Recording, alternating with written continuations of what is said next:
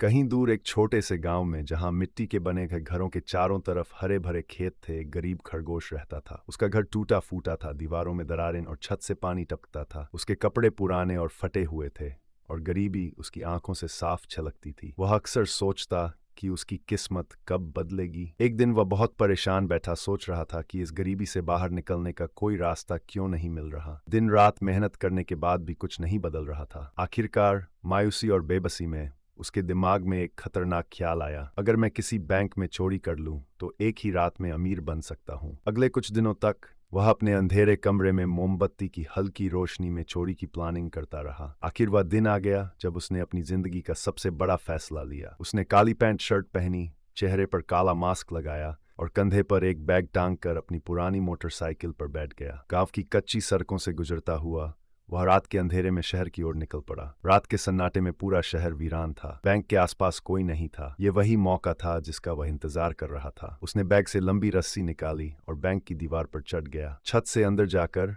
वह सावधानी से तिजोरी के पास पहुंचा। कुछ ही देर में उसने तिजोरी खोल ली और अपने बैग में नोट भर लिए। वह सोच रहा था कि अब उसकी जिंदगी बदल जाएगी। लेकिन जैसे ही वह बैंक से बाहर निकला, अचानक चारों ओर से पुलिस की गाड़ियां आ गईं। लाल नीली बत्तियों की रोशनी चमकने लगी और माइक से आवाज आई, खरगोश, तुम चारों तरफ से घिर चुके हो, सरेंडर कर दो। लेकिन अब उसका दिमाग काम नहीं कर रहा था। उसने फौरन अपने बैग से बंदूक निकाली और पुलिस पर फायरिंग शुरू कर दी। पुलिस ने भी जवाबी फायरिंग की। कुछ ही मिनटों में एक गोली आकर सीधा उसके सीने में लगी। वह जमीन पर गिर पड़ा, बैग हाथ से छूट गया और नोट चारों तरफ बिखर गए। उसकी आंखों के सामने अंधेरा छाने लगा। चोरी का अंजाम हमेशा बुरा होता है। जैसा कहा जाता है, हराम की कमाई कुछ पल की खुशी देती है, लेकिन अंजाम हमेशा बर्बादी होता है।